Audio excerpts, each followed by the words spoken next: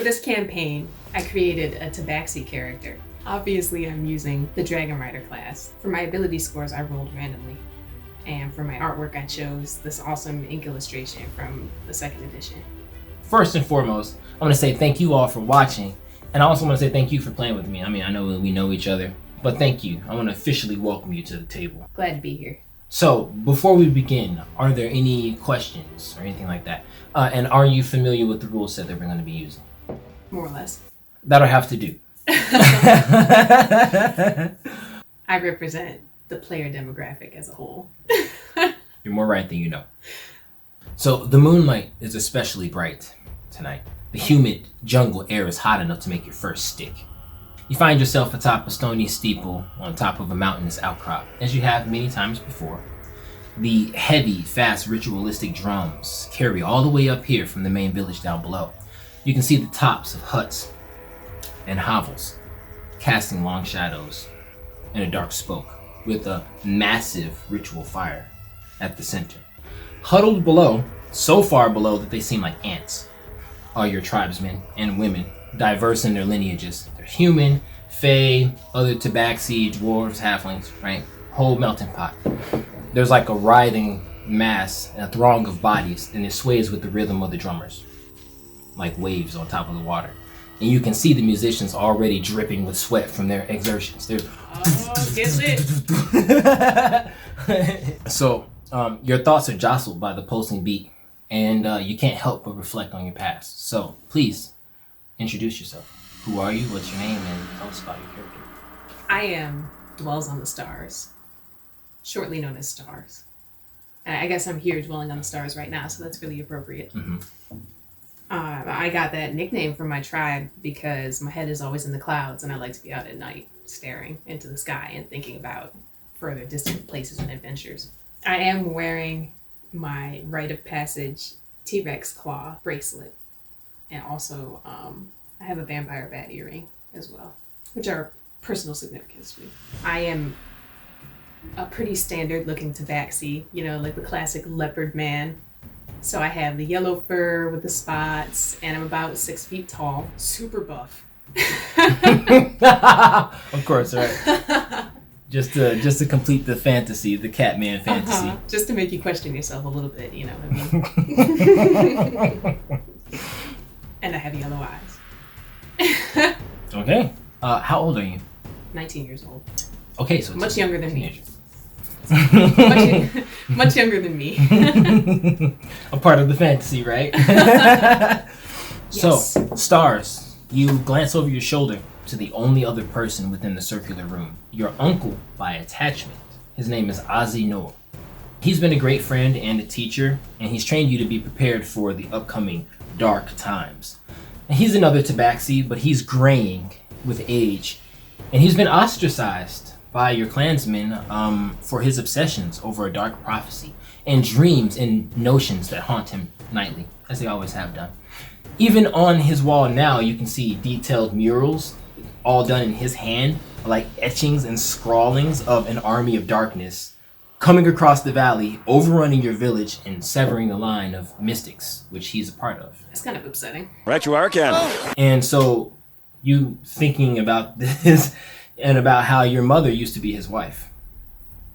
You think about how even now, as he's working on his scrawlings, creating this magic circle on the floor, about how his obsessions are the reason why she left him for your father and why you were born shortly after that. And I'm sure that he's not my father. Like, I'm absolutely sure. Well, you are absolutely sure that that is what your character knows. Okay. Is that your mother left him for your father. He's so convicted about that because that's what his mommy told him. That is what your mother swore up and down to you before she passed away. Wait 1 second. Insofar as you know, and it has never once even occurred to you that Ozzy Noor would have been bitter with her or with your family for her leaving him. It actually has always seemed to you like he barely even noticed because he's so obsessed with the prophecy that he can't do anything but pursue that. It sounds like a coping strategy to me. And so you know that he did have a son with her, but shortly after she left him shortly after you were born, his own son died. And then your own mother passed away several years after that. So after those back-to-back tragedies, Azinor became a daily occurrence in your life, often spending time with you and your father, probably finding solace in the mutual grief. But that was 11 years ago, still, when you were 8. Daddy number 2. Do I know the prophecy? Do I know what the stone is? He has been plagued by visions of an army of darkness attacking. Now, what this army of darkness is very vague, the way the prophecies tend to be. But this is information, a divination that him and his master, another mystic, stumbled upon when he was still a small child. So he's been dealing with the knowledge of this impending doom for the last 40, 50, 60 years of his life. So he plans on summoning a magical artifact that is going to help him contend with this army of darkness when they do show up. He doesn't know when that's going to be, but there have been sightings and word of an approaching bugbear army. Now, bugbears are not known to be organized, and so the fact that they are sweeping through from the north and just absolutely destroying all of these other villages and settlements, that's worrying Azinor. It makes him think that this is the sign that the end times are coming. Basically, that's what you know. That's good. The time draws near, my boy, Azinor calls. Help me finish up with the runes before the ritual reaches its zenith. I shall be proved right yet. Then they'll have to listen. He, is in the process of getting ready. What do you do? Yes. Can I go and help? And so you two begin to work diligently. When the runes are complete, Azinor calls to you. Now, he says, just as we've discussed in the years prior, take your seat in the center. He seems excited. Your pure heart is the key. He shakes. Sure it is, Uncle, of course. And he gets the sense that you don't understand, or at least don't believe the prophecy the way that he does. You know what? He's so used to it. He ignores it. Close your eyes and remain quiet while I recite the rites, he says. And he starts reading from this old, dusty, leather tome, one that you haven't seen before, and begins spitting out arcane and foreign sounds. Definitely not a language that you've ever heard before. Even from him? Even from him. That's a little uncomfortable. He has a cave on the top of a mountain. So there's an outcropping, and if you were to go on that outcropping and look out over, like down below, you would be able to see the town and the village down below where the ritual is happening. Up above, inside the cave is where you are now, sitting inside the arcane circle. Azinor is reading from his tome and drawing magic from the ritual as described. So you were aware of all of this was going to happen. Does the town know this is happening? You don't think so. No one seems to be aware of it. And your whole life that you've known him, no one has really paid him very much attention. He's the town mystic. People go to him for medicines and remedies sometimes, and he helps in that regard. But nobody takes his ramblings seriously. I find him charming and entertaining. He's always been kind to you, right? So you have no reason to think of him as dangerous, but nobody believes him. Kindness is rare and valuable. So you can no longer see the ritual down below, because where you are, but you know what it contains, right? The drums are faster and louder from the ritual, and the bonfire smoke rises up into the heavens, and shadows of writhing bodies are cast up onto the night clouds, and that you can see. Passionate moans, sighs, and grunts increase in volume until the sounds of the mating ritual float across the night. Your eyes grow large. You can see light snaking through the rooms, starting to light up and come alive with the energy. And all your fur stands on end as like this invisible electricity pulses through your body. It's not familiar, but it's not entirely unpleasant. But at the same time, you feel much, much weaker. Wow! You take 2 points of necrotic damage. Oh. What do? I feel really regretful that I'm missing out on the festival for this. You feel weak. Your life force draining. Do you do or say anything? You're still conscious and capable and able. I'm definitely gonna go look over at my uncle, like, do you realize this is happening? Like, hello? My parole sticking out. He seems to be lost in the chant. I'm too curious to see what's going to happen and where this is leading to just bail. The energy mounts. Just increases and increases and increases until finally... It mounts all right. It... Slug away. I know what happens at the end of the mounting. Until the circle, the runes complete the circle. Then a shaft of light shoots from the runes, completely encircling you and enclosing you inside. Finally, your uncle stops chanting and says, "Yes, this is more like it. You take another 5 points in necrotic damage. And ow. I have grown fond of you, my boy, but the truth is, the only way to bring the presence of a Draco through, well, you have to give a life. And unfortunately, my boy," he says, "Uncle, "that pure life has to be yours." What? And as he's speaking, a rip in space causes everything in the room to be upended. Anything that you could call furniture that's not bolted down to the ground scatters to the edges of the room with thundering impacts. They smash up against the stone. He lifts a hand to his face, and you see a glint of a force field shields him from the brunt, but everything else in the room is wrecked. A smile spreads across his maw, showing sharp, yellowing canines. Okay, I'm making a run for it. That's it. Make a wisdom saving throw, please. Ooh. He sees you trying to get up. "It'll be over soon!" Azinor shouts over the rushing winds. 11. You struggle, but your body is literally being held to the ground, and you realize, while you were distracted by the other spectacle, the runes that were on the ground around you were snaking around your ankles and your wrists. And as you try to struggle, not only do they restrain you, but they start to pull you down flat to the ground, holding you in place, binding you to the stone floor. Dwells on the Stars goes slowly, screaming, "What the fuck?"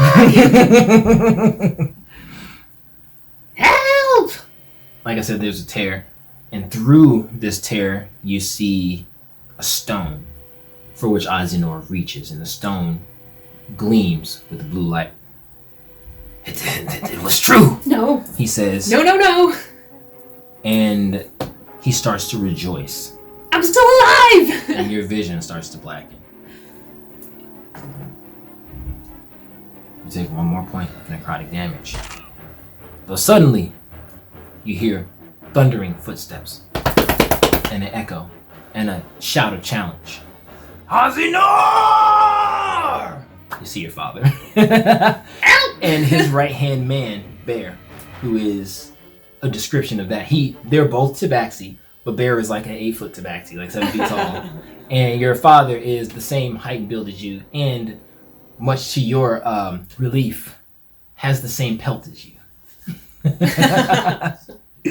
I feel way more relieved now, too. Azinor wheels around and he sees him. The wind is causing his robe to billow around him. Your father runs in and says, I didn't want to believe it, he says, but you've always hated me deep down. I've always known it. Daddy. Azinor says, "Fools. Now that I have this, I no longer need your support, nor that of the council. I can fight the scourge alone." And with that, he lifts his palm and energy crackles out of the tip. Your father, though, is already in motion. Wary of his wizardry, he barely manages to...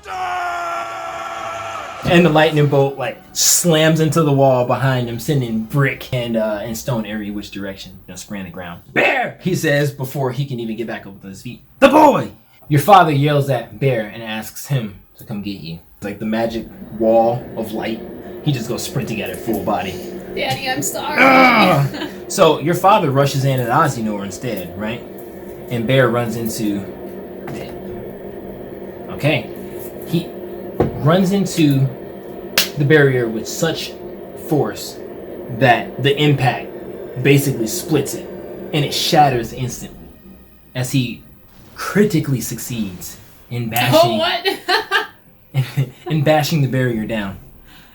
You feel life and vitality start to flow back into your limbs. And even though you're really hurting and you're starting to feel like drained and a little bit exhausted, you're nowhere near dead. You're able to get your knees underneath you. And in fact, he just reaches down and snatches you up onto your feet. Now, in the spirit of the festival, you're only wearing your loincloth, right? And everybody else down there, they're wearing probably less than that. That's what Your I was thinking. father is dressed in one suit of armor, and Bear is not wearing basically anything but like some fur briefs and topless, completely topless, and barehanded too, which is the way he fights. Barehanded. He fights with his paws usually anyway, right? And that's how you've always known him to fight. And so he smashes through the barrier, snatches you onto your feet. He looks at you in your eye. Get out of here! And you see in his eyes the look of a man who knows that he probably not gonna ever see you again. He starts to push you toward Azinor's teleportation circle. He pulls out a small pendant, a tiny little ruby, pushes it into your hand, and says, "Flee!" And before you even can, another bolt of energy arcs forth from Azinor as he points the large, shining blue stone that he has summoned from this spectral tear at you. Make a dexterity saving throw. That's much better than a wisdom saving throw. Just saying. Rolled really slow off the one. 24. You spring forward and bound. Like, are you an acrobat or are you Yes. more just like Literally flipping? a gymnast. Oh, a gymnast. Okay, so like flipping, tumbling, jumping, leaping, that kind of parkour kind of thing. Yeah, parkour. Parkour! You're already in motion. Front flip, somersault, front dive, roll, tuck, and bolts of lightning are just chasing you as you're running and ducking and dodging and like literally leaping over these different streaks of lightning, and they're destroying the wall behind you in a path of just destruction. Your father eyes are wide like saucers. Run, my boy! Run! And he runs at Azinor himself and tries to put his shoulder into him. My fur is all on end right now. Azinor spins away from his charge, and with the look of someone who has been waiting to do this for some time, with real relishing, he grabs your father by the scruff and throws him into the tear. No! His body kind of rips around it. It is not bloody, it's not gory, it's more just like he disintegrates and he's just not there. Bear is stunned. Azinor himself is stunned. He has the look of like a, holy shit, I didn't think that was gonna happen kind of look. Then he wheels around at you and says, "Dwells on the stars," he says, almost apologetically and like beckoning you to come back. Oh, I'm gonna come back. I'm gonna kill you. The ritual is not complete, and he starts to approach you with the stone. Bear leaps in between the two of you. I said run! Azinor is striding with intent and purpose right toward you, and walking as if he intends to literally walk through Bear. What do you want to do? I want to run around the both of them behind to flank him. To flank Azinor. So that's the opposite direction of the teleporter. Yeah. Okay. And do what? Kill him! With what? My kitty claws. Roll your attack. Ooh! Fun. My first attack. It's not one. I'm so serious right now. You run in No! to attack him. Technically it's an 8. I'm just... Oh, that's so plot relevant. So you sprint in rage and grief, having seen your father just be killed in front of you. You already lost your mother. And to see it done at the hands of someone you trusted. You sprint in, but you are not thinking with your head. And your attacks are wild and unfocused, and you can barely even see what you're attacking because your vision is blurred with tears. Eyes are stinging. Azinor destroys you in a matter of seconds. The exchange isn't even on the same plane. He doesn't even try. He just dismantles you and throws you back again into the circle, and you land in a heap. And then he turns toward Bear to take care of him. Now, what you do notice is when you land inside the runes, a tether starts to sneak its way out. It's almost like made out of energy, but like a dark kind of a tendril. It's starting to sneak its way out of the vortex toward Azinor. And the vortex is still open. It's still blowing debris all around the room. What do you want to do? What's Bear doing? Bear is rushing in to attack with his bare hands. Yeah. Having apparently learned absolutely nothing from what you just did. You could have been a little more punctual about it. I'm gonna do the same thing. Bear has moderately more success, only in the fact that he doesn't get completely destroyed in the exchange. But you see a completely different level of combat going on right there. You're not capable of fighting at the level that they're fighting at right now. I definitely think I am. You see two masters fighting, and you just know that you're at that level. I'm gonna go prove it right now. What do you want to do?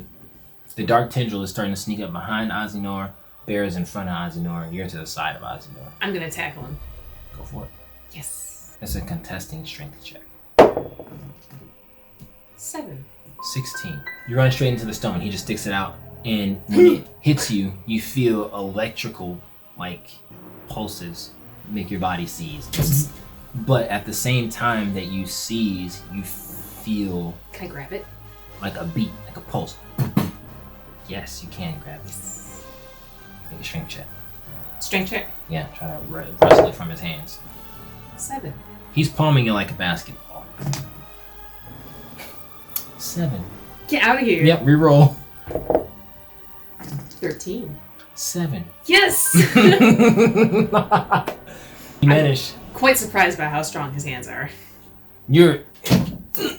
He has a basketball grip on the stone, and he's trying to fight Bear at the same time.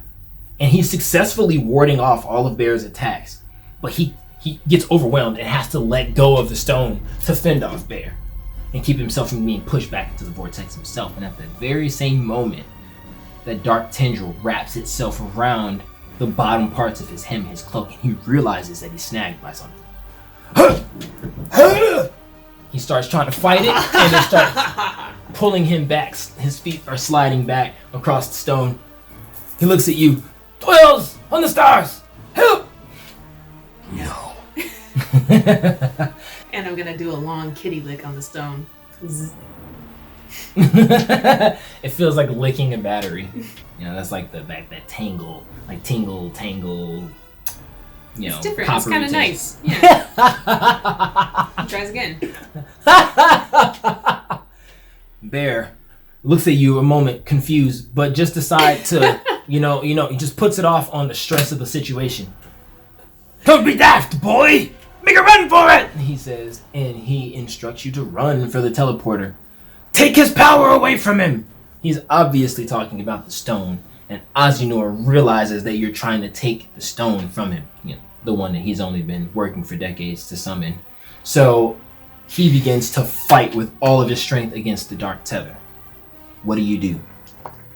I'm pretty conflicted between killing his ass and taking what's most dear to him. I figure I can kill him later and still take what's most dear to him now, though. So I'm gonna make a run for it. He struggles against the tendril and only manages to inch forward a tiniest little bit. Bear continues to hold him off. You make your run for it. I'm gonna say, come with me. Bear turns around, thinking, hell yeah. That's a good ass idea. Let's get the fuck out of here right now. He turns around and he also begins to make a run for it. Oh no, you don't! Azinor. He reaches forward with a hand. His robes tear themselves off of his body. Completely, whoosh, unveiling everything. But they snake up his arm and shoot off of his arm like a catapult and wrap themselves around Bear's ankles. Bear goes slamming to the ground. Azinor begins to pull him. He's not even touching the cloth with his hands. He's just motioning. Bear is going to be pulled in with Azinor. There's no two ways about it. And he falls to the ground and is pulled in before you even have a chance to react. Bear! My ass is gone. And I'm saying it over my shoulder as I run away. I'm gonna kill you! I will hurt you for this, and your joy will turn to ashes in your mouth. He sees you running away and accepts his fate. Get out of here! When you insert the ruby into the central slot, runes light up, and there's a high-pitched whine and a little bit of a vibration as the magic activates. And across the room, at the very same moment that you're splicing out of there, you feel the tether that you have between yourself and the spell breaking.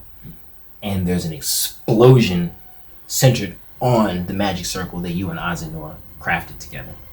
The energy washes over Azinor and Bear.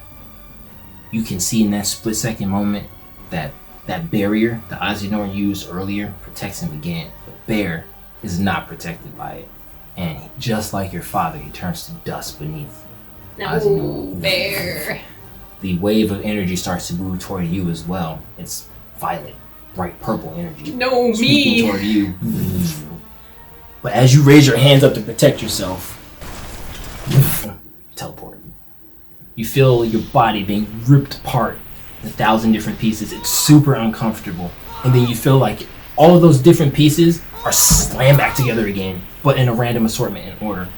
And you feel the entire world being pulled out from underneath you. After flipping end over end, over end over end for a few seconds, you find yourself firmly on your feet in a dark room. You collapse. Pass out. If you've watched all the way to the end of the video, thank you so much. Please consider liking, subscribing, and sharing this video if you found it to be fun or entertaining in any way. This is the playtest of our Dragonrider class, and we've provided the playtest material below. Dialogue with us about what you liked in the show, what you thought about our homebrew, our combat system, or what you think about our Dragonrider class. Please give us feedback and follow the links on your screen and in the description to find our Reddit and to our Patreon, where we upload new content for our patrons weekly and monthly, and where I will be releasing much of the homebrew content that I created for the Great Valley campaign setting. So again, thanks for watching, and stay tuned for next time.